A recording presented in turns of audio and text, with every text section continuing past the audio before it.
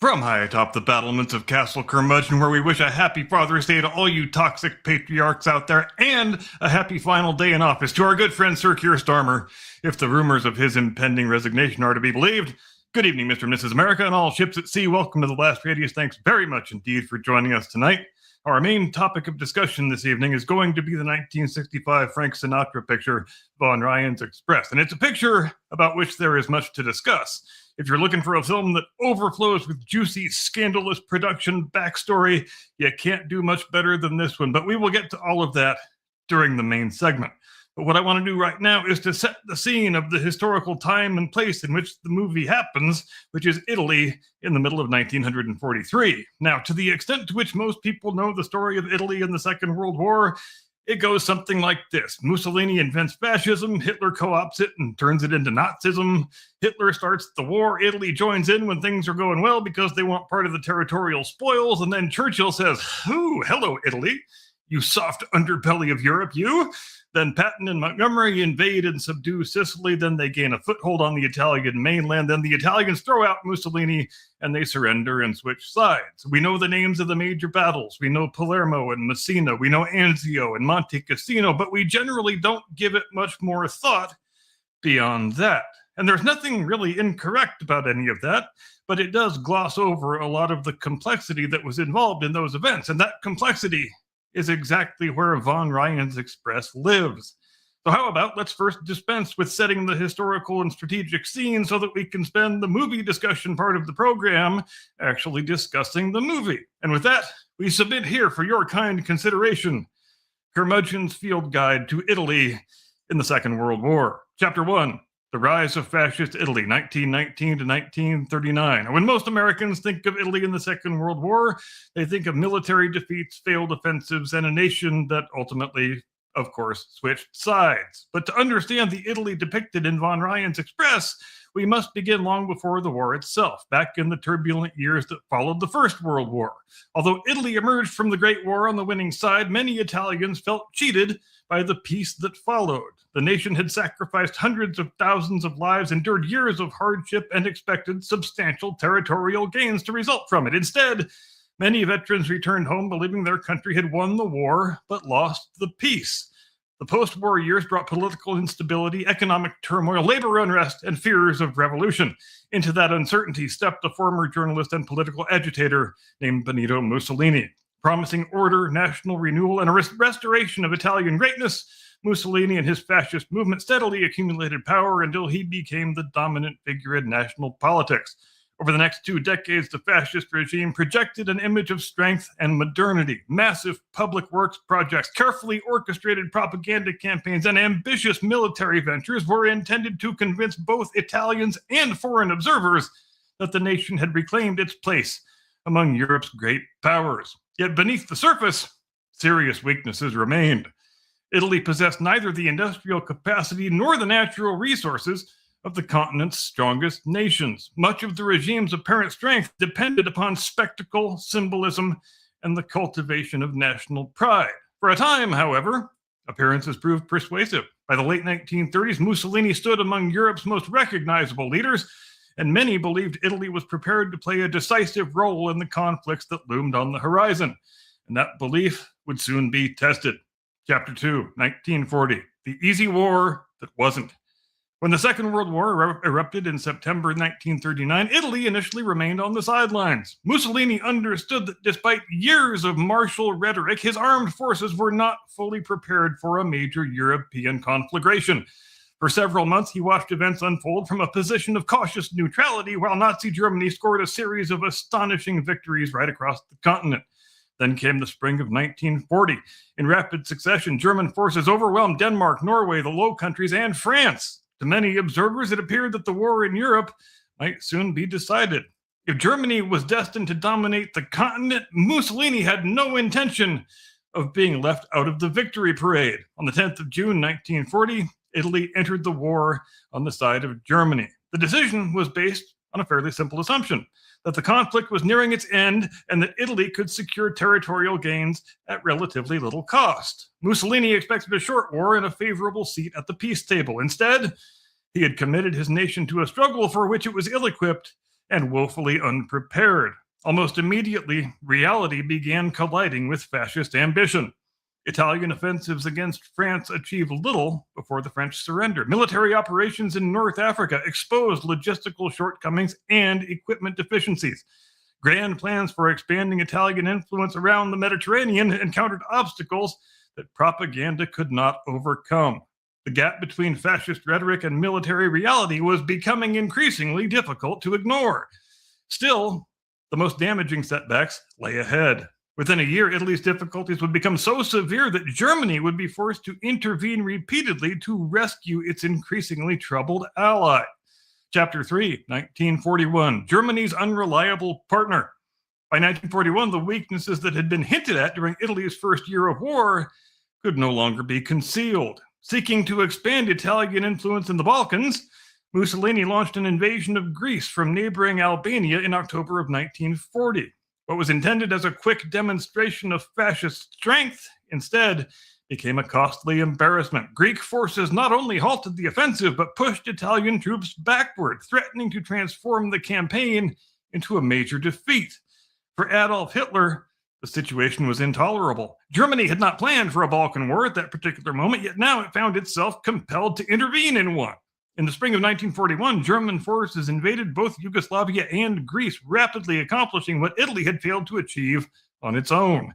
A similar pattern emerged in North Africa. There, British forces inflicted a series of defeats upon Italian armies operating in Egypt and Libya. Once again, Germany stepped in to stabilize the situation, dispatching the newly formed Africa Corps under the command of a talented and aggressive officer named Erwin Rommel.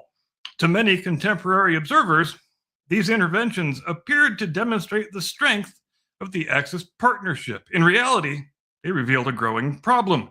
Germany was increasingly forced to devote troops, equipment, and strategic attention to theaters of war created or mishandled by its Italian ally. What had begun as a partnership of supposedly equal powers was evolving into something quite different indeed. Italy remained an important member of the Axis coalition, but its military shortcomings were becoming a liability that Germany could neither ignore nor easily solve. And as the war expanded into a truly global conflict, the costs of those shortcomings would continue to grow. Chapter 4, 1942, the high water mark. By 1942, the Axis powers controlled more territory than they ever had before. German armies stood deep inside the Soviet Union. The deserts of North Africa had become the scene of a fierce struggle between Axis and Allied forces. Across much of Europe, the seemingly unstoppable momentum of Axis expansion appeared to confirm predictions of a German-dominated continent. On the surface, Italy seemed to be sharing in these successes. Italian troops remained engaged in North Africa, occupied portions of the Balkans, and participated in military operations alongside their German allies. Yet beneath the headlines, the strain of war was becoming increasingly apparent. Italy's economy struggled to sustain a modern industrial conflict. Fuel shortages hampered military operations. Factories faced growing difficulties meeting the demands of armed forces. Allied naval power and strategic bombing campaigns steadily disrupted the flow of supplies and resources. For ordinary civilians, daily life became increasingly difficult as rationing expanded and wartime hardships mounted. The military situation was equally troubling. Italian forces often fought bravely under difficult conditions, but courage could not compensate for shortages of equipment, transportation, fuel, and modern weaponry. The longer the war continued, the wider the gap became between Italy's ambitions and its actual capabilities. Even so, many leaders in Rome still hoped that a decisive Axis victory might reverse their fortunes. These hopes reached their peak during the summer and autumn of 1942, when German forces advanced toward the Caucasus and the city of Stalingrad, while Axis armies in North Africa threatened Egypt and the Suez Canal. It would prove to be the high water mark of Axis power. Within months, defeats at Stalingrad and El Alamein would begin a chain reaction that neither Germany nor Italy could stop. For Italy, the consequences would be especially severe. The war that Mussolini had entered, expecting to win quickly, was now moving inexorably toward the soil of his homeland. Chapter 5, early 1943, the Axis begins to unravel. The year 1943 opened amid a series of disasters. In the east, the German defeat at Stalingrad shattered the myth of Axis invincibility. In North Africa, Allied forces steadily compressed German and Italian armies into an ever-shrinking perimeter. The strategic initiative that had belonged to the Axis for so long was now slipping away. For Italy, the consequences were immediate and deeply unsettling. Allied bombers increasingly struck targets within the Italian mainland. Casualties mounted, economic conditions deteriorated, public confidence in the fascist regime eroded as military setbacks accumulated. For many Italians, the promises of glory and national greatness that had once seemed so compelling now appeared increasingly hollow. The final blow came in May of 1943 when Axis forces in North Africa surrendered. More than 250,000 German and Italian troops were lost. The Mediterranean, once envisioned as an Italian lake dominated by fascist power, had become an avenue for Allied invasion. That invasion began in July. 10 July, to be specific, Allied forces landed in Sicily, bringing the war directly into Italian territory. The campaign progressed rapidly, exposing both the weaknesses of Italian defenses and the growing realization among many political leaders that the war simply could not be won. Just 15 days after the invasion began, the unthinkable happened. On 25 July 1943, Benito Mussolini was removed from power and arrested on the orders of King Victor Emmanuel III. The man who had dominated Italian politics for more than 2 decades was suddenly gone. To many observers around the world, it appeared that Italy's participation in the war had effectively come to an end. In reality, Italy was about to enter the most dangerous and chaotic period in its modern history. Chapter 6, late 1943, the Ally becomes an occupied country. Following Mussolini's downfall, Italy's new government began secret negotiations with the Western Allies. The objective was simple: to escape from a war that had become unwinnable. On the 3rd of September 1943, Italian representatives signed an armistice with the Allies. 5 days later, the agreement was publicly announced. For millions of Italians, the news seemed to promise peace at last. Instead, it unleashed something closer to chaos. German leaders had anticipated the possibility of an Italian defection and prepared accordingly. The moment the armistice became public, German forces moved swiftly to seize key positions throughout the country. Italian military units received contradictory orders, communication networks broke down, and entire formations found themselves uncertain whether to resist, surrender, or simply go home. Some Italian troops fought against the Germans. Others laid down their arms. Many were disarmed and taken prisoner. Within days, Germany had transformed its former ally into an occupied territory. Meanwhile, in one of the war's most dramatic special operations, German commandos rescued Mussolini from captivity and installed him as the head of a new puppet government in northern Italy. The regime, known as the Italian Social Republic, claimed to represent the continuation of fascist rule, but real power rested firmly in the hands of the Germans, and Italy now found itself divided. In the south stood the Allied-backed government of the king. In the north stood Mussolini's revived fascist state under German protection. Between them stretched battlefields, occupied cities, partisan strongholds, and a population forced to navigate rapidly shifting loyalties and dangerous political realities. And this was the Italy of von Ryan's Express. Not a unified nation at war, but a country suspended between surrender and liberation, alliance and occupation, certainty and confusion. In few places during the Second World War was it more difficult to know whom to trust or what tomorrow might bring. Chapter 7, 1944 to 45, Italy's long civil war. By 1944, Italy was no longer simply a defeated nation. It had become a battlefield in the most literal and fractured sense. Part invasion zone, part occupation regime, and part internal civil war. In the south, Allied armies pushed slowly northward from Naples, fighting their way through a landscape shaped by mountains, rivers, and heavily fortified German defensive lines. Progress was measured not in miles, but in months. Each advance came at a cost, and each new position only led to another prepared line of resistance. In the north, German forces held firm and increasingly governed through the fascist remnants of Mussolini's revived regime. The so-called Italian Social Republic existed less as a sovereign state than as an instrument of occupation, dependent on German military power and sustained through coercion, propaganda, and necessity, rather than by genuine authority. Between these two zones lay a country in collapse and transformation. Italian partisans, communist, monarchist, liberal, and unaffiliated, waged a growing resistance campaign against German occupation and fascist collaboration. Sabotage, ambushes, intelligence gathering, and reprisals became a part of daily life. In response, German security operations grew harsher, and the cycle of violence deepened. Meanwhile, the Italian population itself often found no clear or safe position. Survival frequently depended less on ideology than on geography, timing, and luck. A conversation overheard, a uniform worn, or a train boarded at the wrong moment could determine life or death.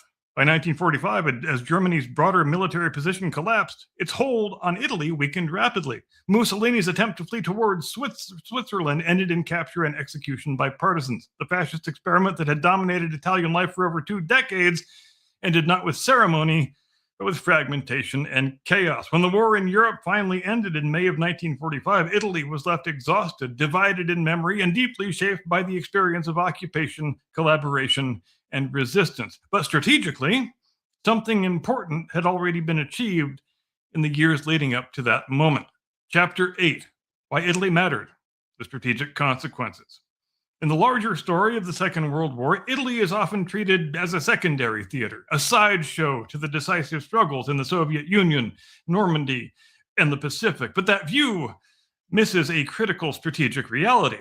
After Italy's surrender in 1943, Germany was forced to do something it had never planned for on such a scale, to occupy and hold a major European country that had been its ally yesterday. This was not a symbolic commitment. It required large numbers of divisions, engineers, logistics personnel, and security forces. It required the defense of an extended front running through some of Europe's most difficult terrain. It required the protection of key cities, ports, railways, rail lines, and industrial areas. And it required the constant management of partisan warfare and internal instability. The result was a sustained drain on German manpower and resources at precisely the moment when those resources were needed most elsewhere. Every division tied down in Italy was a division not available in France in 1944. Every supply line maintained through the Alps or along the peninsula was a logistical burden that competed with preparations for the expected Allied invasion of Western Europe. Every defensive line fought in Italy absorbed time, equipment, and attention that Germans could ill afford to lose. In this sense, Italy's role in the war did not end with its surrender, it merely changed. From 1943 onward, Italy became one of the places where German strategic overreach revealed itself most clearly, not in a single decisive battle, but in the slow, cumulative cost of holding ground that had already been politically lost. And it is in that context that von Ryan's Express finds its setting: a broken country, an occupying army stretched thin, a collapsing alliance, and a railway system moving through territory where authority is uncertain, loyalties are fluid, and control is contested constantly. In most prisoner of war films, escape depends on planning, courage, and luck. In this POW film, escape also depends on geography and on the fact that the world around the prisoners is already rapidly falling apart. That is the Italy of 1943. And that is why the train is not just a vehicle for escape, but a symbol of a much larger collapse that is already in motion. And with that, having assiduously set the scene in which our film takes place, we close the book on the field guide. We thank you one and all for your kind attention, and I now convey you into the loving arms of my distinguished colleague, your illustrious co-host, the one and only, your friend and mine, Mr. Caucasian Sasquatch. Tactical nuke incoming!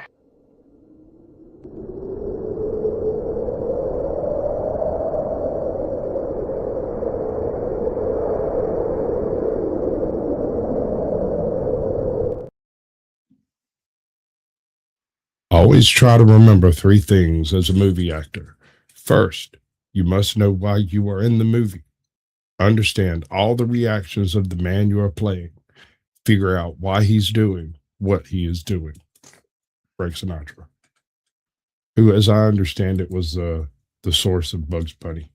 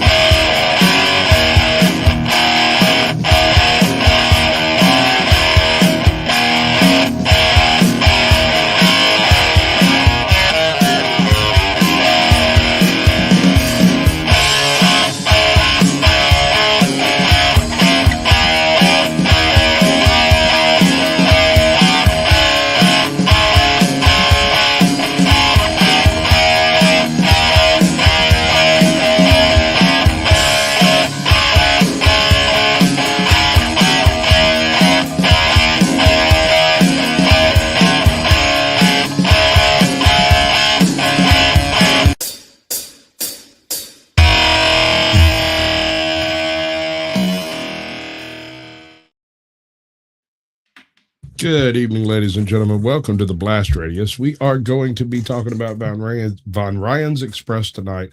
And it's not just the movie, because when it comes to this particular film, there's more to it than just the movie. Frank Sinatra was a real character. Like, he wasn't your ordinary type of person. He was special. He was the chairman of the board, baby. He was the chairman of the board, baby. Or Old Blue Eyes, depending on which. Yeah, whether it was the 50s or the 60s is what that comes down to, pretty much. I guess if you're a blue-eyed Italian, that makes you automatically noteworthy.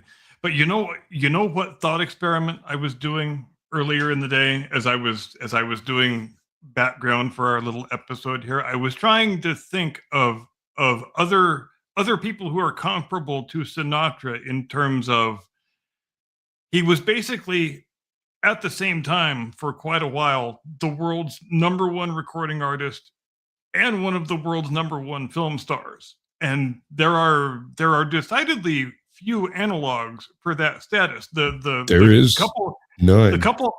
couple of obvious ones that come to mind are Elvis Presley and Bing Crosby. But here's where those examples diverge, because with Elvis and Crosby, in basically all of their movies, they're either full-on musicals or they are movies that contain musical numbers. In other words, the people who are going to see the movie are going expecting to see Elvis or Bing Crosby sing songs, because their primary source of notoriety is as singers and musical artists, but not with Sinatra, because Sinatra does not sing one single note in any of his most popular, most profitable, most well-regarded movies. And I have to think that places him in a fraternity with no other members except himself, because who else I got nothing. say that about?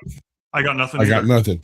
I thought about it myself. I was trying to find somebody to compare him to, and there is no one quite like Sinatra. He, like I said, he is a character. There's a reason that Bugs Bunny is Frank Sinatra. That's why Bugs Bunny's gray. That's why Bugs Bunny has blue eyes. That's why Bugs Bunny does all the weird mafioso shit that he does that just sounds absurd coming out of a rabbit's mouth, except it's Bugs Bunny. He's like, hey, Mac, why don't you just turn around and wander off like you never saw this place? And they do it as if they can't control themselves. That's all Sinatra. And I have a little story also about how I first learned to appreciate Sinatra, because, as I'm a kid and a teenager and a young adult, what the hell do I care about Frank Sinatra? He's just some old guy in a tuxedo. That's music that my grandparents listened to. What the hell do I care about that? But then I think I'm about 20. I'm about 21 or 22, and one of my good buddies, he happens to start renting a room in a mobile home with some old guy. He must have been between 75 and 80 at the time. His name is Jerry. He took a real liking to me, and each time I would show up to grab my friend or do whatever we were about to do, he would insist that I had to play a game of chess with him and listen to some Frank Sinatra. There was nothing else. Oh, hell yeah. Can I have a snifter of brandy and a cigar too? There were brandy. Since you mentioned it, there was also brandy and cigars. But there was nothing else in this guy's life except brandy, cigars, playing chess, and listening to Frank Sinatra. Hell yeah, where do I sign up? Exactly. And I didn't really have much of a problem with this arrangement. And that was the first time that I really listened to Sinatra attentively and listened along with a person who could educate me as far as why Sinatra was so nonpareil and so noteworthy and such a giant of American culture. And even still today, I wouldn't call myself a Sinatra fan necessarily. I think I have maybe one Sinatra album in my music collection, but that's not the point, because it was through those games of chess and those cigars and that brandy that I learned why Sinatra he let's call it what it is. He was one of the most consequential American lives of the 20th century. And I never really understood why until Jerry educated me on it. And oh man, of course we listened on vinyl records because obviously, and he had the nicest setup in his little mobile home, man.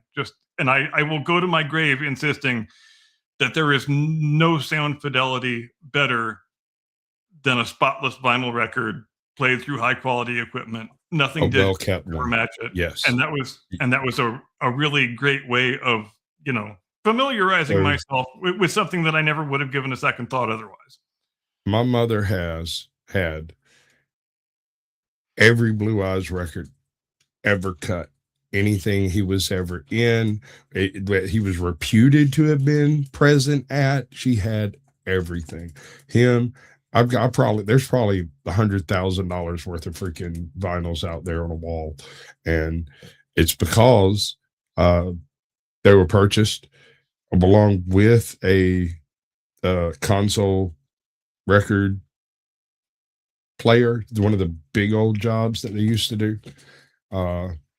And she just added to it over the years. And I'll tell you, there's a huge difference between one of the records that came as part of the collection versus one that got picked up out of a thrift store 30 years later, right? Absolutely. Yep.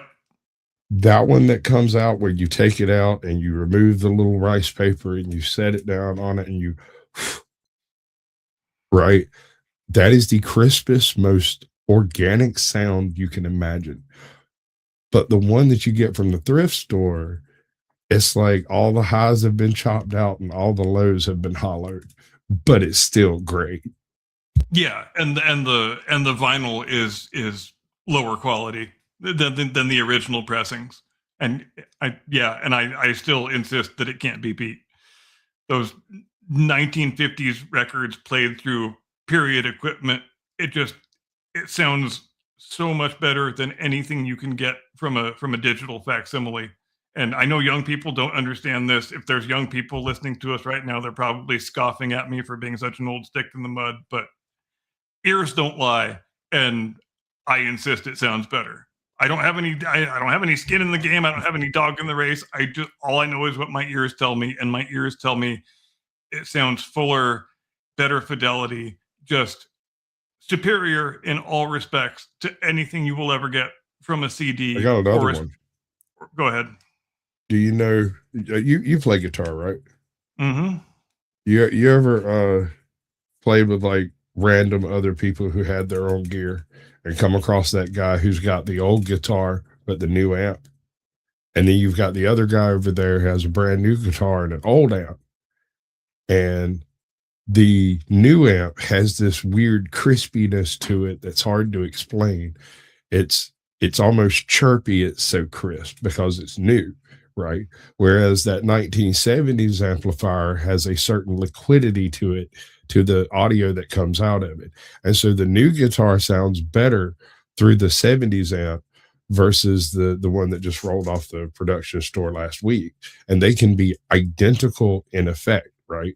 They're both the same values, same amplifier, same all of that, but one is an old school solid state mechanical version, and this one obviously would be digital. There's a crispness that doesn't exist on an old mic. The new one is solid state. The old one is a tube amp. That's the difference. And it's just another one of those deals where the old analog thing sounds just, there's not even a comparison. It's so vastly superior that it's not even a conversation.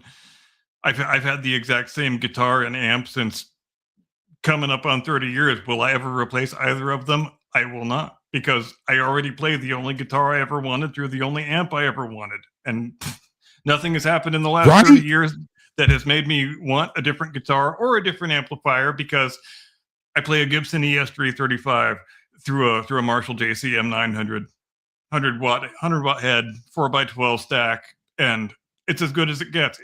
It's as good as guitar will ever sound or can possibly ever sound. And sometimes the old ways are just better than the new ways, and that's all there is to it. Right.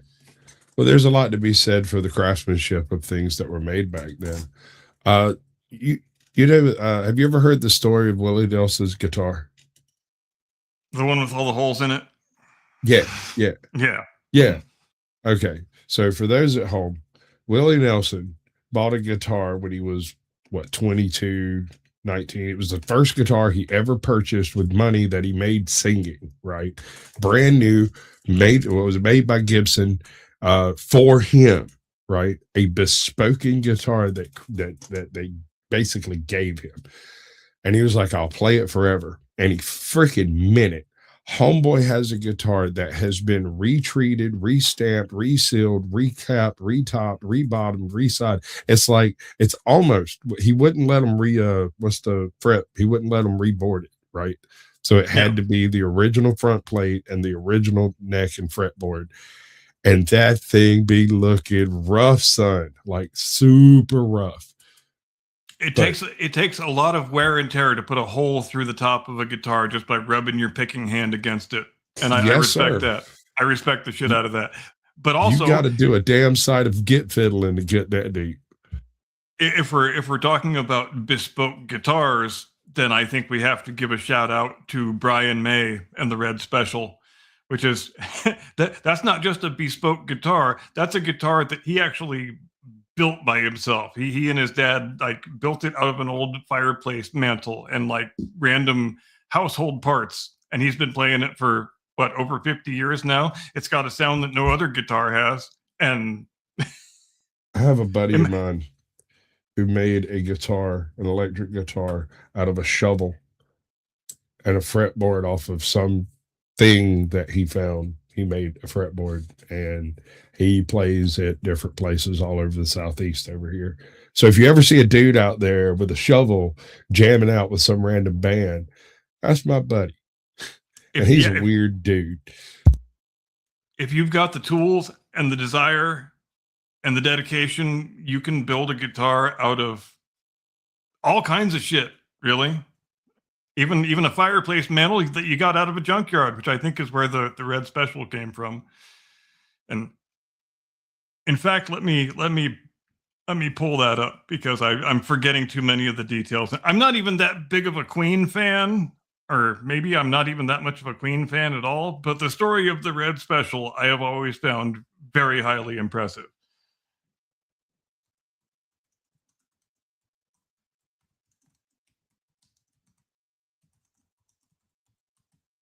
I'm sorry, there's still a minor catastrophe taking places in like places around me apparently, and they just got to tell me about it when I'm live. They can't wait, just a little while. All right, here. You ready? Is that a yes? Yes. Okay. Yes. All right. The construction relied on found materials and hand tools due to limited funds and a maximalist approach to design. The neck is carved from an 18th century mahogany fireplace mantle. It was carved by hand with a chisel and sandpaper, and wormholes found in the wood were filled with matchsticks. The body, fashioned from blockboard with a central core of oak sourced from an old table to handle string tension. The body was hollowed out to create acoustic resonant chambers and then covered in mahogany veneer. The fretboard is an oak plank, painted black, 24 frets. The inlays, the little dots on the fretboard, were carved from mother of pearl buttons from Brian May's mother's sewing box. The tremolo system, built from a repurposed bicycle saddlebag holder with motorbike valve springs providing tension, and a knitting needle is the tip on the arm. The bridge is custom made from pieces of aluminum, utilizing small rollers to reduce friction and improve tuning stability. And it was stained with Rustin's plastic coating, whatever that is, to achieve its signature reddish brown color. And that is dedication right there, my friend. Right. And did he have any idea he was going to be an immortal rock star when he built that guitar? Of course he didn't. He was just a damn 15-year-old kid who couldn't afford a guitar. And he said, Dad, you want to do a carpentry project? And they did a carpentry project, and he's still playing that guitar right up to the present day. And how awesome is that? That is the awesomest thing ever. That's a great Father's Day thing. Happy Father's Day, bro. Indeed. Same to you as well, and to all the toxic patriarchs in the audience as well. Right, right. We can't help that you're a toxic patriarch, but we can congratulate you on continuing the species, which, some people don't seem to be willing to do. We love us some toxic patriarchs here on this program, ladies and gentlemen. At what point in time does it become toxic? In that vein, let's talk about Frank Sinatra.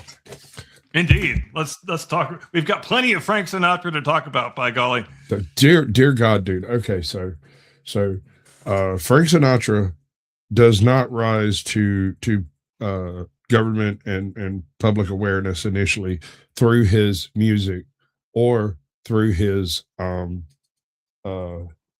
acting career, but rather through a couple of newspaper articles that took place where he happened to be photographed with literal Five Families capos. And he was just kind of hanging out with these folks. And so he ends up on that watch list from the FBI. The old J. Edgar Hoover's boys start taking interest in him and various other things. And then he cuts a record, does a movie, does another one. And what do you know? He's real good at it. He's got friends in all the right places. Everything's working just right. You don't even really have to work at it too hard. He just shows up, says, hey, what's going on? What are we doing? We're going to make a movie or not? We're going to make an album or not? We make the album. We make the movie. We make the money. That's what they do. I'm sorry. I was channeling for a second. Well, and also, as an actor, what really sets him apart is how committed he was to the craft of acting, being a guy whose main job is supposed to be as a singer, because oftentimes the stereotype, and it's often a correct stereotype, is that singers who do movie roles are just dabbling and they don't take it all that seriously. Not Sinatra. That guy memorized all of his lines backwards and frontwards, had all of his scenes completely blocked out in his head. He showed up on that set day one, absolutely ready to rock and roll, and it would absolutely infuriate him when one of his fellow cast members would flub a take or not know their line, and if he had to do a second take, that made him apoplectic with rage. I got a comment about that, but go ahead. No, it makes me think that he really would have enjoyed working with Clint Eastwood, because Clint Eastwood famously often gets almost everything in a single take because he doesn't do any of that standard director bullshit. He doesn't call cut. He doesn't call action. He runs a very, very low stress, very low pressure set. He says, we got the camera rolling. Everything's fine. Just start when you're ready and we'll get it and it'll be fine. And every picture he's ever done came in on time and under budget. And I think that's probably not an accident. There's probably a strong correlation between the one and the other, and that's exactly the way that Sinatra liked to operate as well. So it's a shame that their paths never crossed in the night, so to speak. One of the things about Sinatra movies, and I noticed this, I watched part of a different one. I can't remember what it was, but I noticed that scenes with Sinatra in it that has more than say 4 or 5 other actors in the scene seem to carry something of more gravitas. Not only are the other spoken actors in the scene more attuned to like what's going on around them, you can tell scene from scene. Like when they're doing the train yard scene and they've got the British commander over there, captain or whatever he was, and he's running around giving orders and stuff. Everybody's just kind of running around and doing it. And it looks very organic and very, real, I guess you could say.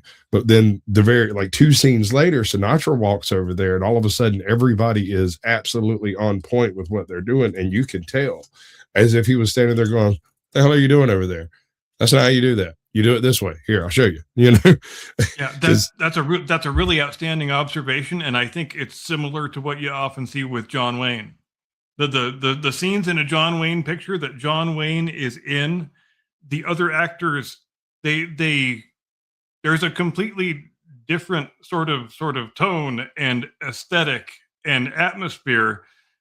The scenes that John Wayne is in and the scenes that John Wayne is not in. And it's the same thing with Sinatra, like you just mentioned, because they are trying to raise their game to his level when they are occupying the screen at the same time as him. Well, I don't know, man. I kind of felt like, and I've never worked on an acting position of any sort, short of like outside at somebody's pool pretending to cook hot dogs for a college project. But I have been there right before the Bouse showed up and got that talking to by the mid-level guy who's like, listen, if y'all fuck this up while he's here, I swear to God, every single one of you motherfuckers is fired. I will completely replace everybody on this set. I have no compunctions about that. The studio says if this man is unhappy, to spend more money and make him happy. So anybody screws up, you're out of here, bro. I will I fire guarantee every you last that. one of you motherfuckers on your ass. I will have you replaced before 3 o'clock this afternoon. I'm on the phone with the guy right now, just in case. It just felt like there was more gravitas to it, right? You get a similar kind of effect when Elvis showed up on set, right? Yeah, I guess so. With the starstruck kind of thing going on. Yeah, like I'm on screen with Elvis right now. I'm so jittery. Right. But anyway, the story is that last week we're backstage after the show. You gave me the assignment to come up with a movie to talk about tonight. And then it wound up quite happily by accident that I brought up Amazon Prime because I was going to turn on the England versus New Zealand test match. And in my suggested for you little thing that they put on the screen, I see Von Ryan's Express. Why did I tap on it? I don't know why I tapped on it, but I am astounded that not only have I never seen this picture, but I don't think I've ever heard of this picture before, which is really quite amazing. Not only because I'm someone who has attempted so assiduously over the course of the last half decade to immerse myself in the history of cinema that happened before my lifetime, and I think I haven't done a half bad job, but somehow this one escaped my attention, and it's even more improbable that it escaped my attention given the fact that everybody knows my two favorite movies are Bridge on the River Kwai and The Great Escape. I really freaking like 60s POW movies, and here we have a 60s POW movie it was very profitable. It's very highly regarded. It had a very big star in it, obviously Frank Sinatra. And man, the first act of this thing is like Bridge on the River Kwai and The Great Escape had a baby, and they named it Frank Sinatra. Some of the shots are like shot for shot trying to recreate scenes in those two movies. I'm thinking particularly of the interior scene where Sinatra first meets the Italian commandant. It's like a mirror image of the scene from The Great Escape where Steve McQueen first meets Colonel von Kluge. They've even got Sinatra dressed up like Steve McQueen was dressed in The Great Escape. And how awesome is that? Then we go back outside to the scene where all of the POWs are assembled on the parade ground in their old shabby torn up clothes. And that obviously was trying to evoke Bridge on the River Kwai, because why wouldn't you? These are the two most famous POW movies that have ever been made at that point. So why wouldn't you try to emulate them? But there was a good reason why they were doing. They even had the little sweat box that Colonel Richardson had to go be inside in Bridge on the River Kwai, except this sweatbox was quite a bit more spacious than that one. I guess that was probably a demand that Sinatra made that Alec Guinness didn't make. Much bigger on the inside, that sweatbox, than it was on the outside. But I'm not sure it matters in like Southern Italian heat, bro. Where was that filmed? In Sicily? Dude, I give a damn. That thing was 180 degrees on the surface. You could have fried an egg in that fucker, man. Like, just shooting the scenes. If you notice, most of the scenes involving the sweatbox entrance and exits are at night. True. That's not an accident, bro. I noticed that. All right. So let's back up. Let's cover this. The scene is an American flyer gets shot down, has problems, crashes in occupied. Go ahead. I just had one thing I needed to bring up when you were talking about the plane crash. I don't associate P-38s with the European theater. I only associate them with the Pacific theater. I meant to look that up before we went on air tonight to see if there actually were P-38s in the European theater. Were there a few? Because I don't think they were there in 43 though. Right? Because Yeah. 43, you're talking about absurdly early in the Japanese theater. When did Pearl Harbor happen? What was that? 41. 41. Right. December 41, So, so almost 42. so 43, we're what? Iwo Jima? Or where are we at? Or is that the turkey shoot? Iwo Jima, yeah, we're Coral Sea, we're post Midway. 43 Right. is like Guadalcanal happens in 43. Okay, cool. Okay. Yes. There were 38s in the air. How many were in Europe? I couldn't tell you. I know they were an absolute menace in the Pacific theater, though. They were I guess the I guess most feared. Go ahead. Yeah, I'm just looking it up right now, but I guess I've been wrong the whole time, associating them in my mind purely with the Pacific War, because it says here the Lockheed P-38 Lightning flew over 130,000 sorties in Europe. But it struggled early on in the frigid high-altitude skies of Northern Europe. Technical issues, extreme cold, and maintenance demands ultimately led to its replacement by the P-51. And so I guess after that is when we get the P-38s being used exclusively in the Pacific. And so that's where my thinking came from, because they did use some of them in Europe, and they weren't really operationally ideal for that theater. So that was part of the reason why they invented the Mustang, which obviously the Lightning is a very rare combination of fighter bomber, right? It's not a fighter, and because of its dual fuel assembly, the way it's put together, it can do fighter things that bombers typically can't do. And yet it can also carry like a 500-pound bunker buster over there. And like once it drops that bunker buster, it's like trying to catch a Mustang at sea level. That thing is fierce. When I first saw the P-38, it kind of hit me wrong, but I guess that was just my issue. So I apologize for the interruption. Keep doing what you were doing. All right. So homeboy crashes, gets picked up by the local Gestapo. Right. Immediately you get the post-fall Italy pre-Patton, right? This is after the Germans have taken over and Mussolini is gone, but before Italy technically falls in the war, right? And not one Gestapo actually turns this guy over. It takes him they actually do a big fake parade type thing to kind of cover his ass, like all of the people are standing there and he's in the truck.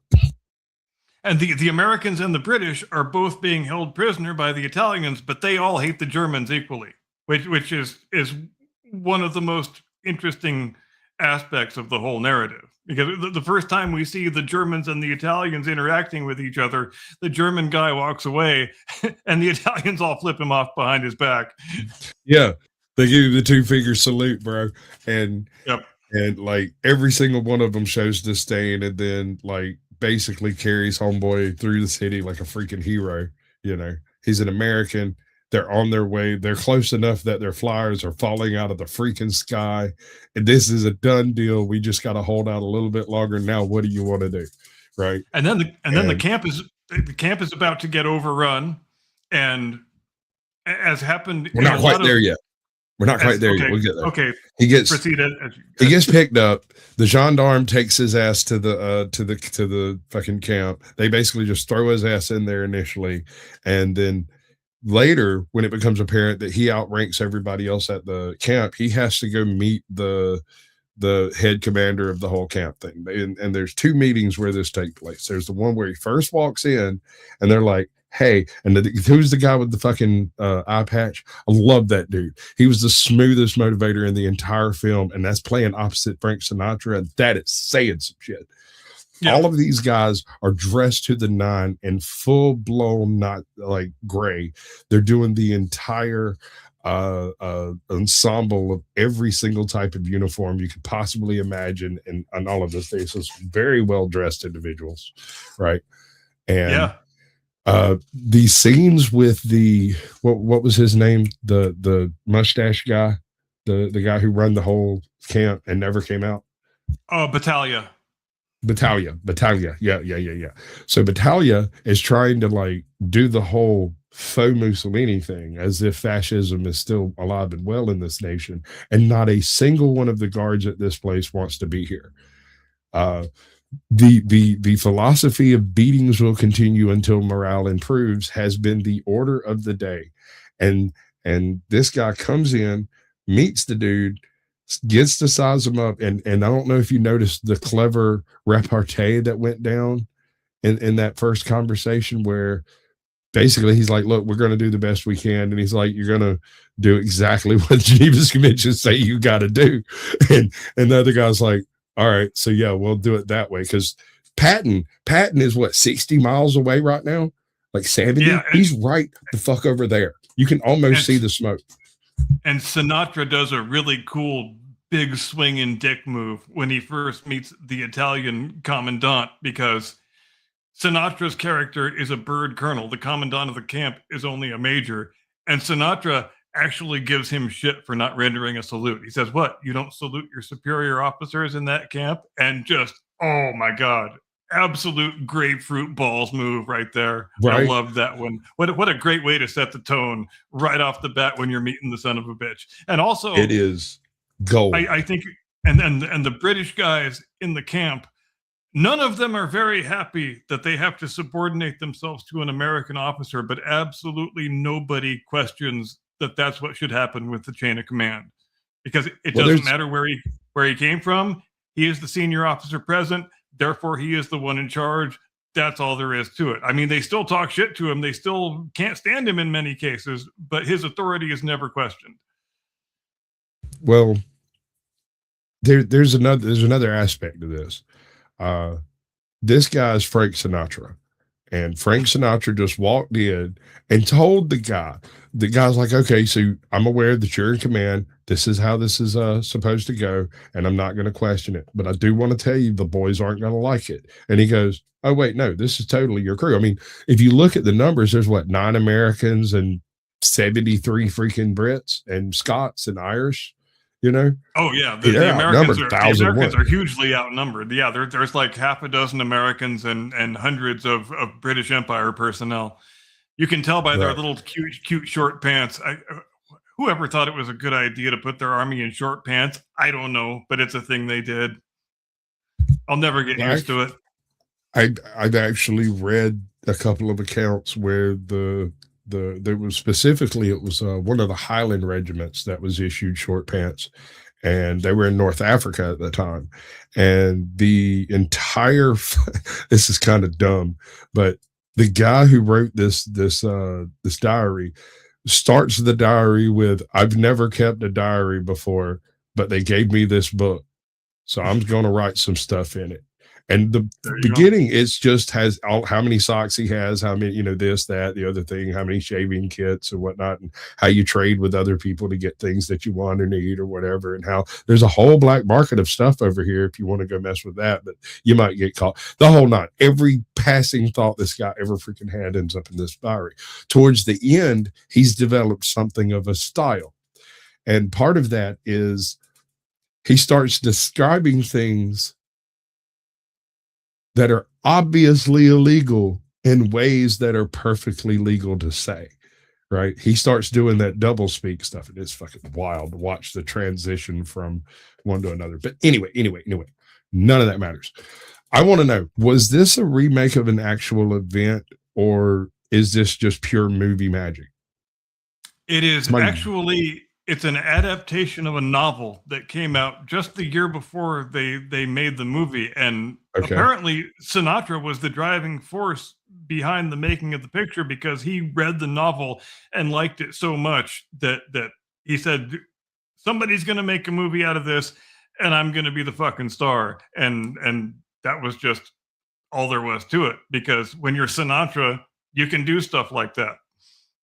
You saying it's like the Bridge over the River Kwai and The Great Escape, it rings so freaking true, because if you take out all of the slave labor action that takes place in Bridge over the River Kwai and instead add the elements of The Great Escape, because here's the best part, in my opinion.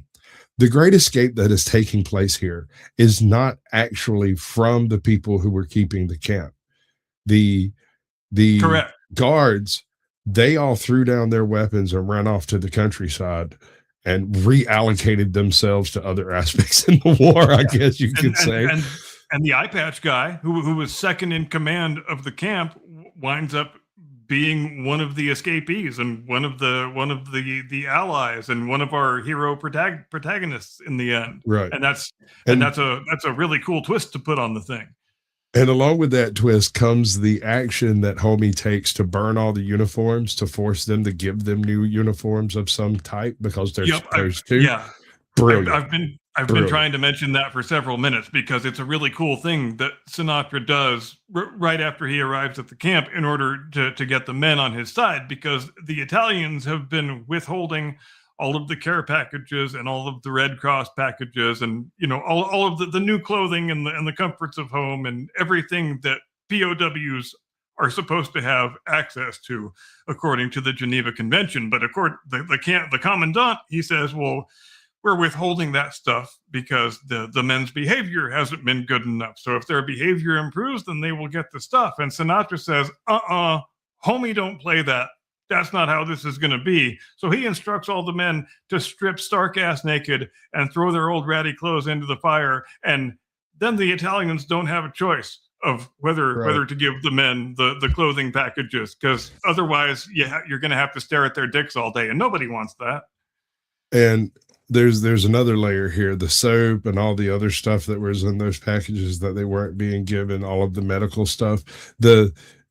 Something that I kind of didn't understand, and I want to go back and rewatch it to try to double check this, but maybe you can explain it. The Americans were hoarding all of the medicine from the camp.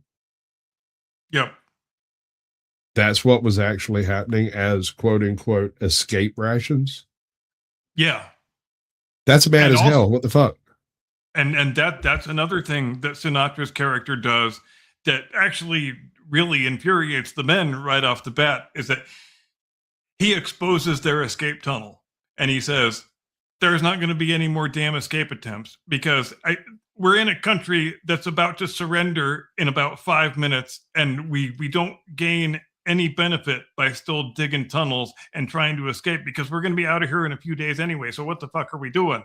So let's give this information to our captors. And in addition to the thing with the burning of the clothes, then that will also give them more of an inclination to treat us humanely. And it's also one of the ways in which he establishes his authority as the ranking officer present.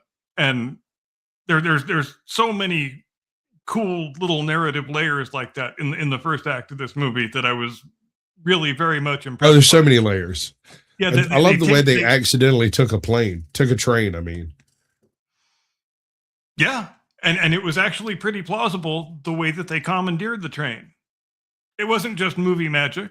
They came up with a pretty realistic way in which the prisoners could subdue their. And by that time, it's the Nazis who are running the train. You've got a Nazi on top of every train car with a machine gun, and it's the Italians and the Americans together, basically, at this point, including Eye Patch Man. And they hatched this plot together. And since it's a World War II POW movie, we have to have the sequence where our hero dresses up in disguise in a Nazi uniform. Like every Indiana Jones movie, we've had that bit.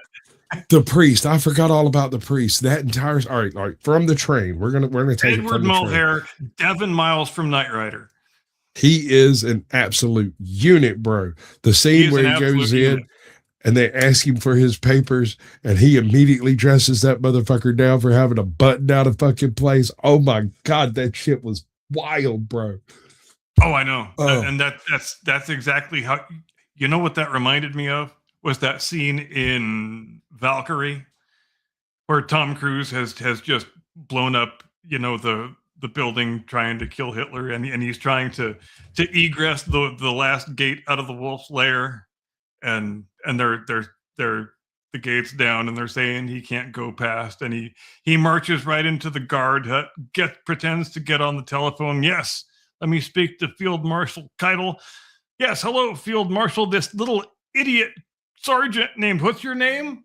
Yeah, I want to know your name so I can get you in trouble. This little punk ass sergeant says I can't leave, and I'm on orders from the Fuhrer himself. So what do we want to do here? And of course, the sergeant shits his pants and says, "Okay, fine, go. I don't want to get in trouble with the Just field go marshal." away, bro. Yeah, that's kind of what it reminded me of. Yeah, it's a good one. It's a great scene, and there's a few of them like that.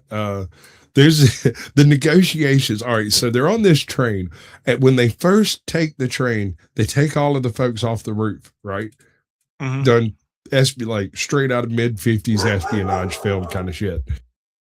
Then they have to infiltrate into the train, and so they manage to pull that shit off in one of the cars, and then they've got to clear the rest of the train and get rid of all of the fascists that are running the joint. And as soon as they do that, the Germans that were supposed to be coming to take over occupation of the camp happen to be on the very next train rolling down the same tracks. They're coming in, and these guys are leaving, and they're like, "Hey, wait, aren't those the assholes we're supposed to be fucking keeping?"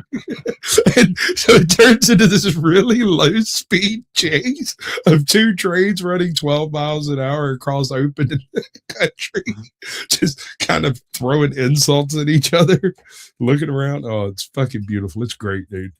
But I got one bit of hate. I have to drop one bit of hate. Go ahead. Why did they not merely drop a fucking car inside a tunnel and fuck off to goddamn Switzerland?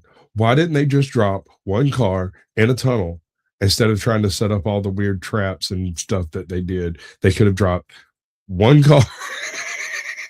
Yeah, you raise a good point, because that probably would have been the unit move.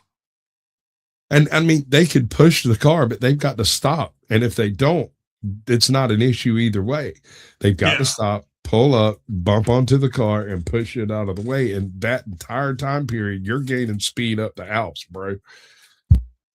So do we want to get into the big production backstory mystery?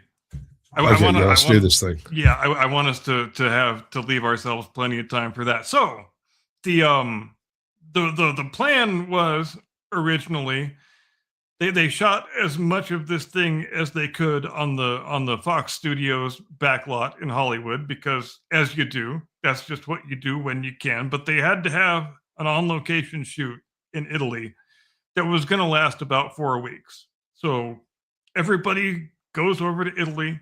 They start the location shoot, and it's a circus, absolutely, from the first moment. Because, I mean, you tell me what's going to happen when the most famous Italian American of all time goes and visits Italy to make them. It was like a visiting circus dignitary had arrived. Yeah, it was an absolute mob scene of paparazzi and fans and everything and what have you.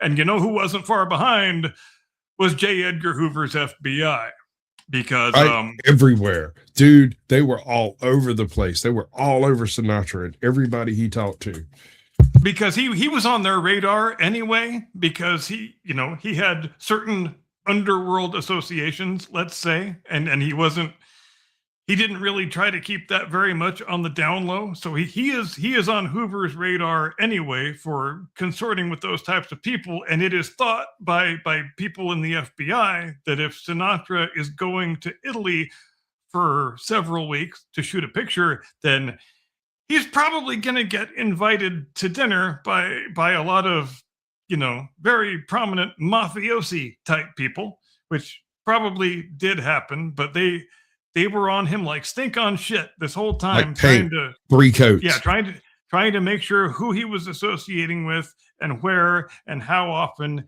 And between the constant FBI surveillance and the paparazzi and the fans and everything, we don't know exactly what happened. Lots of people have written memoirs and autobiographies since then, but it's still a big mystery. But something happens about halfway through the location shoot that scares Sinatra so badly that he gets the fuck out of the country immediately. When he's still got scenes to shoot, he doesn't care. He leaves, and he flatly refuses to go back to the country at all. and And it's still that, hold on. I want to make a point about that one spot. I actually read a little bit about that. He doesn't go to like a embassy or a port of exit or none of that shit. He goes to a freaking airline that's over here, walks in and says, "Hi, I'm Frank Sinatra. I would like to use one of your airplanes to go back to LA." And they went, "Of course, Mr. Sinatra," and gave him whatever he wanted. And he flew his ass back to LA. yeah. But something happened that spooked him so badly that he basically fled the country and then refused to go back. And this leaves the studio with a bit of a conundrum because we've still got half of our Italy location shoot left to do, but we don't have our star anymore. So how do we deal with this? And the way they wind up dealing with it is they finish out the Italy shoot with they use the Sinatra stunt double for absolutely everything they can use him for, but the other half of that equation is that they have to build a bunch of new shit on the 20th Century Fox backlot that replicates as best as possible the locations that they were shooting at in Italy. And they do a good job. Yeah, they do a very good job. Yeah, I don't think you would ever notice if you didn't know the background before watching the picture, but basically everything from the second act onward, all of the outdoor sequences where you see Sinatra's character, everything that actually shows his face was a pickup shoot that they did in LA on the Fox backlot.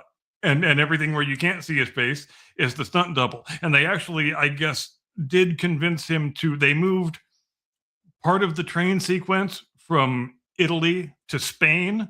And he said, "Okay, Spain's fine. I can go to Spain and shoot a few things." So that was how they got around it. But improbably, they still That's it. That's exactly it. You're right. Because the scenes that he does when he's running back and forth through the tunnels and stuff, that's not Italy at all. Nope. That's not Italy at all. If you look around the plants and stuff that are there, that's not Italy. That is probably Spain. Would not be bad. You can tell that there has been a change of exterior locale, and the lighting's different. Yeah, and I guess Spain was the best thing they were able to come up with, which is weird because I feel like there's lots of places here in Southern California that can reasonably approximate either Spain or Italy, but nope. Who am I to say where they did it? There's one feature it's the geology that you can't mimic. The Alps, that particular part of the Alps is largely granitic type rocks, and out west that the surface of the Rocky Mountains is largely sedimentary. And so you don't get to the granitic until you get like deep into a freaking tunnel, right? And so you can't fake that one, geologically speaking. It wouldn't look right. Yeah, so I guess Spain was the best option in the end, but it's a good really one. Impressive. And God, the special effects are so good. So much about movies was so much better 60 years ago than it is now. Because when they switch from full size real world shots to miniatures, you can tell they're miniatures, but it doesn't matter because they are convincing looking enough miniatures that it doesn't pull you out of the picture. It certainly and they convey the information necessary in the least amount of footage. And it does not pull you out of the picture in the same way that bad CGI does. And I would so much rather see miniatures until the end of time rather than obvious bad looking CGI, because it pulls you straight out of the picture. And miniatures don't have to do that. And I think that's much of many of the problems that afflict current day movies. I think have much to do with, well, we'll just blow them away with impressive looking CGI, and then the narrative matters less, and the script matters less, and the story matters less because it's going to look cool. And not only is that wrong, but the shit doesn't even look cool because it's just more goddamn ones and zeros. There is no art in that. I don't mean that as an insult to digital animators. I know that digital animators are like 90% of the names in movie credits nowadays, but there is so much less art in special effects when it is just people sitting in front of computers as opposed to people actually making things and filming actual objects that exist in the real world. And that's a part of the movie making art that has been, unfortunately, regrettably lost. And movies have suffered for it markedly, I would submit. And if you don't believe us, go watch the original John Carpenter's Thing. Go watch that. Good call. Look at the special effects in that movie and compare it to anything post Aliens from the Aliens franchise, right? Because Alien was done heavily with practical effects. Aliens had a little bit of a mix, pish posh both ways, but then everything after that leaned heavily on the special effects of digitizing everything. I mean, Jesus, Gandalf had a fucking breakdown playing on green screen. I know, and I can see it. I know exactly the clip, because it's just a man sitting in a big green room, and he's like, "What am I doing here? This is not what I signed up for. This is not why I became an actor. Like, what are we doing?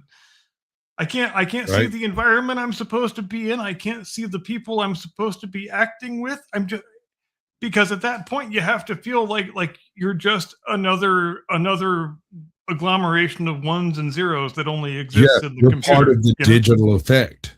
Exactly. You are part of the matrix. Your inability to do your lines is referred to as a digital artifact at that point. Absolutely. You are the flaw. Yeah. And I totally understand why he was so emotionally distraught in that moment. I have no problem understanding that. I mean, dude, can you imagine the nightmare? When this man started acting, it was as a stage actor with an actual career, and he was like really good at it. And he was so good that later years he was tapped for movie roles, and it turns out he was really, really good at that. Right? His stage presence carried straight over, and suddenly he's asked to do one of the largest movies ever filmed in history, and he agrees to it because it's the largest movie ever filmed in history. And he gets there, and there's no fucking horses, there's no other actors, there's just this big green polyagonal set. And what am I reacting? What is this? We'll show you later. I can't. What are you talking about, dude? What am I supposed to do? There's nothing to work with here. I couldn't do it. Exactly. I couldn't do it either. There is nothing to grab onto as far as an anchor for your performance, because the only person that you're acting opposite is some script girl who's standing off camera reading, chewing bubble gum, drinking coffee, going, and then the Rohirrim ride over the hillside and saved the day.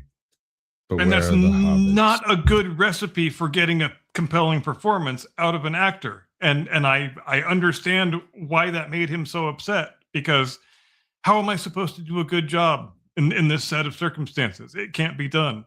And that's exactly the issue that, and when was that movie made? Like 15 years ago now? And things have only got worse since then. And I mean, I could make the argument about, I mean, because where we ended up are Snow White and the 7 CGI abominations. Oh God, I know. Yep. That is where it ended.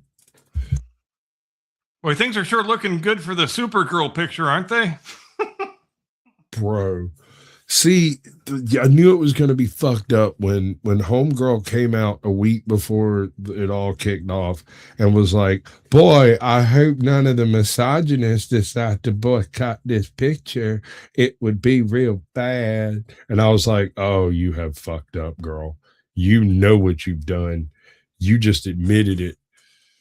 Yes, and it's the same. We have seen that theme repeat itself now a bunch of times for quite a few years, where this is going to get review bombed by toxic male trolls.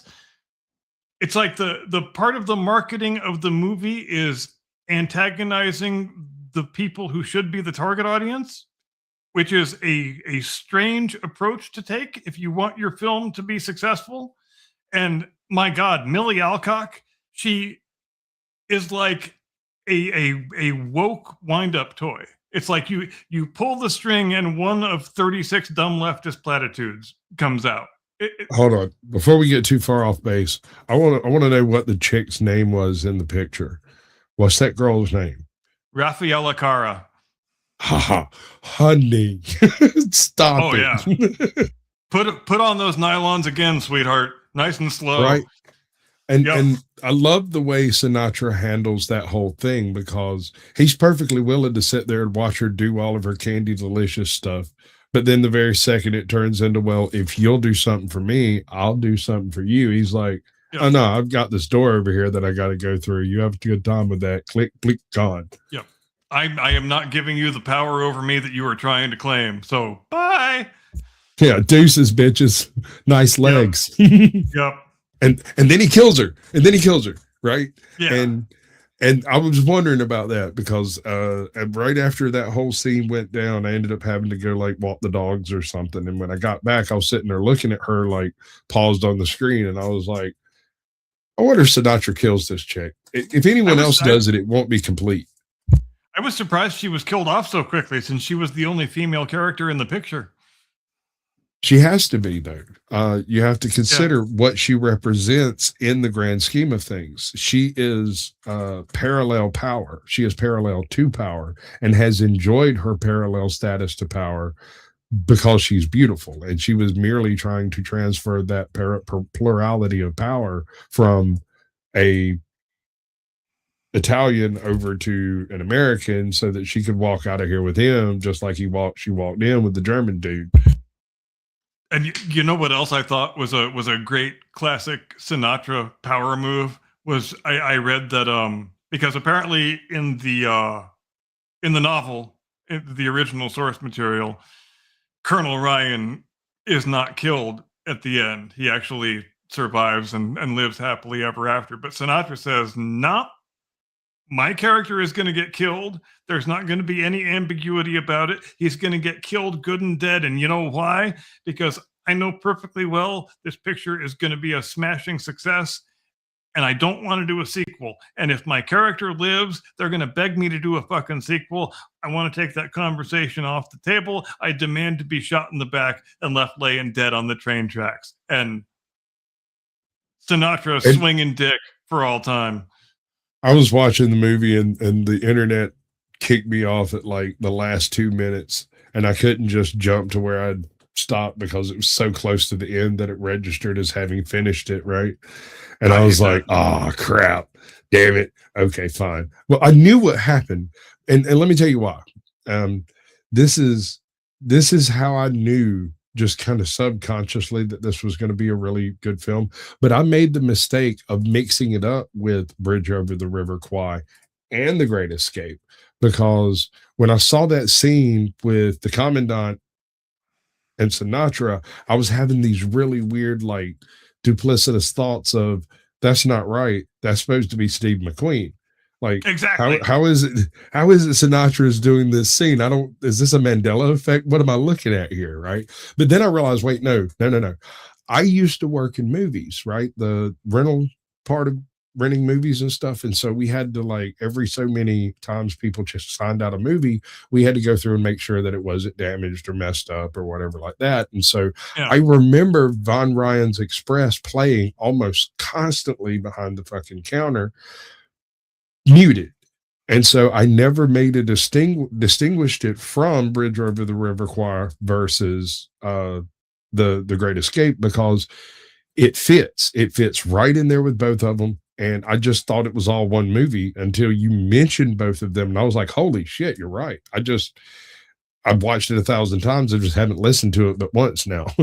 Yeah, and I mean, in the first 15 or 20 minutes, they almost alternate shot for shot. Like we're recreating a shot from The Great Escape. Now we're recreating a shot from Bridge on the River Kwai. Now we're going back to, and then back and forth like that. And normally I would complain about something like that, but I can't complain about it because those are my two favorite movies. So why the hell would I not want another movie to emulate those two great pictures? And if it kept up for the entire movie, then obviously that would be a problem. But they want to ground the audience in the type of picture that it is, and they don't spend too long on it, because once the Italians fall, once the authority of the camp commander breaks down, and that's another thing I wanted to mention, if we still have a minute for me to mention it. When order breaks down and the guards have all fled and there's nobody left except the Italian officers, basically, and the British guys, they want to give him a summary court-martial and hang his ass, because they just the other day have killed their commanding officer by sticking him in the sweatbox. But Frank Sinatra comes up with a really good point. He says, their government has surrendered, so technically, if we're holding to formality, that man you're about to court-martial and hang, he is no longer a military officer. And so we can't dispense military justice. And what a fantastic move that was. I really enjoyed that part. I like the bait and switch he did with it, though, because he acknowledged the fact that there is a ravening horde of man flesh that want blood on this guy. Yep. And so he transitions from stringing him up and holding because this is mock turtle soup over here, bro. It's not going to be a real tribunal. No one's going to honor this trash. Nobody's going to charge these people, and they know it, right? Yeah. I mean, you can appoint somebody to serve as his defense lawyer, but come on, we all know this is a kangaroo court. We all know what the outcome is going to be. Yeah.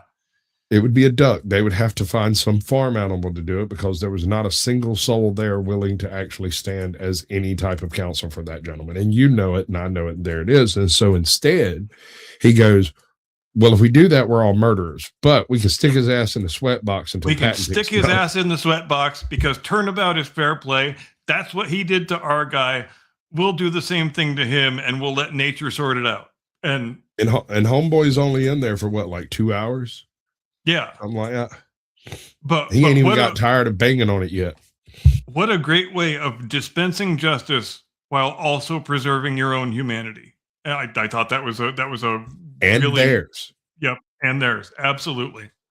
Because there's a whole bunch of really lore-based things that derive from this era of movies that you wouldn't necessarily catch if you're a later generation watcher and you're not familiar with how these types of movies play out, right?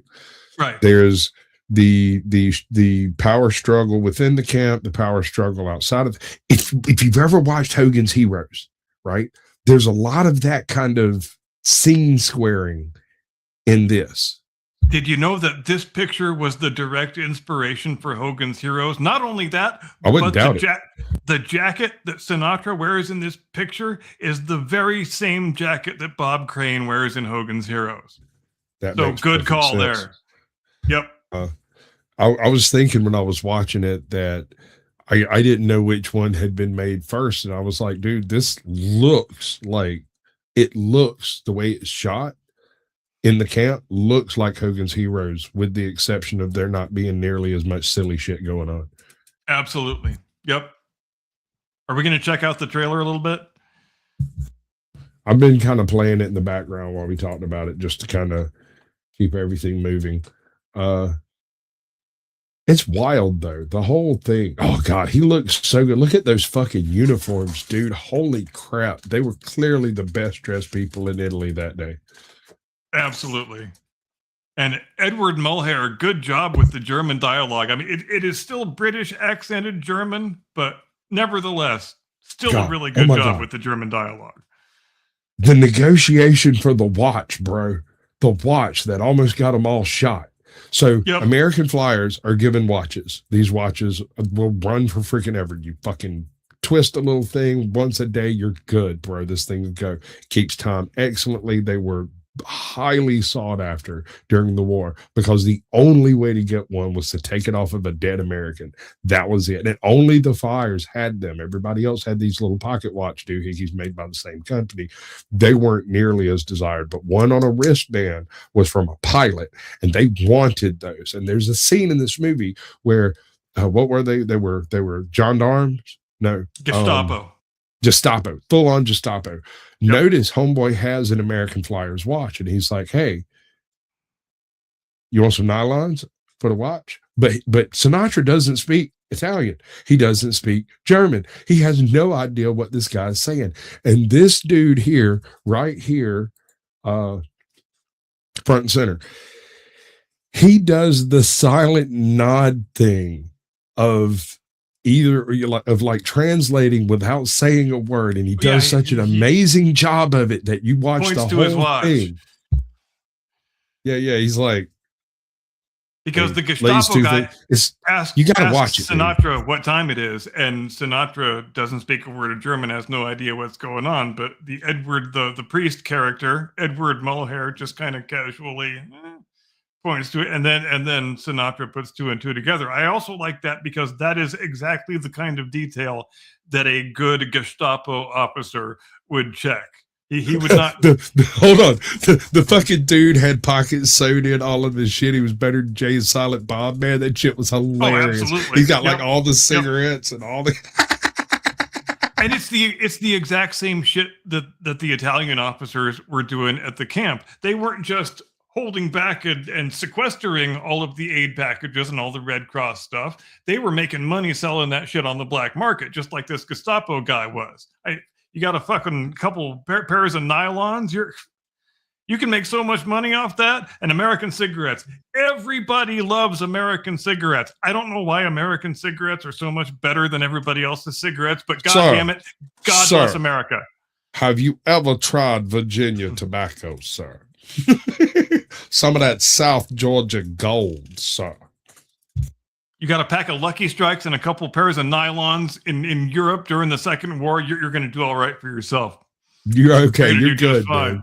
In fact, you're probably getting laid tonight. You're almost certainly getting laid tonight. Yeah. Oh, and there was that one scene, like as soon as this guy leaves and everybody kind of goes, whew, and Sinatra tosses homeboy that pack of cigarettes, and that Brett suddenly, the way he lights the fuck up, dude. I'm telling you, the whole movie, every scene, every frame is a freaking picture. It's art.